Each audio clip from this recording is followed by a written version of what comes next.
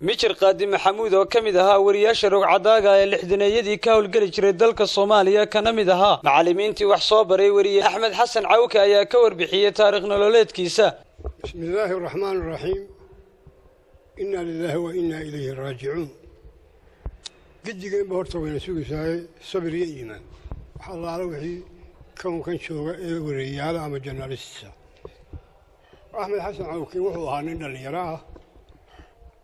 إذاعته وحقوق صابري دوري تدباتكي الله بيت تدباتكي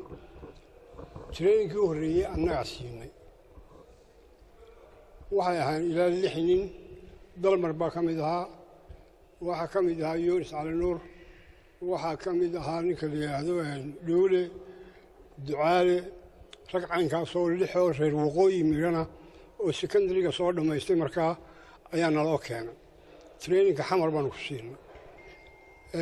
أحمد حسن واحد مودي سئين وريني ماذا كل شيء ترين بدن مباهنين ترين قبل بقادنين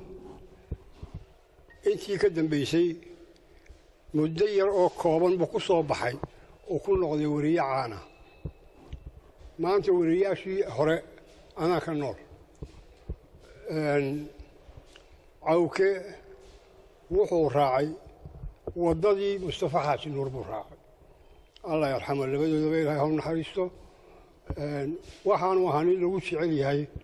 فنك إيوه إستيكيسك لو جورناليزم أيوه مركان أنت عرفه دور إذا عدود بكسو شقيي هرقيسة حمر مريكا كوتشي qoladii aanu BBC u diraysan sanadkan uu ahaa meel walba amaantiisu way tiilay ninku soo baxay caana ayuu ahaa akhlaaqiyadkiisa wali Cawke nin la kala hayo lama arag wali nin istiidaana lama arag nin aad u dabeecadsan buu ahaa nin naxariis badanna wuu ahaa waliba saas u dhalinyaro ku ahaa marka ilaahay isaga naxariis jannaha siiyo gidigeen bana sabir iyo iimaan ilaahay ha ka siiyo maantana waxaan qabaa in tiir weyn oo journalismka uu dumay oo dhacay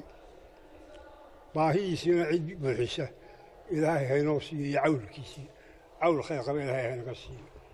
Khadir Cabdirasaaq Salebaan Hadwanaag News magaalada Burco.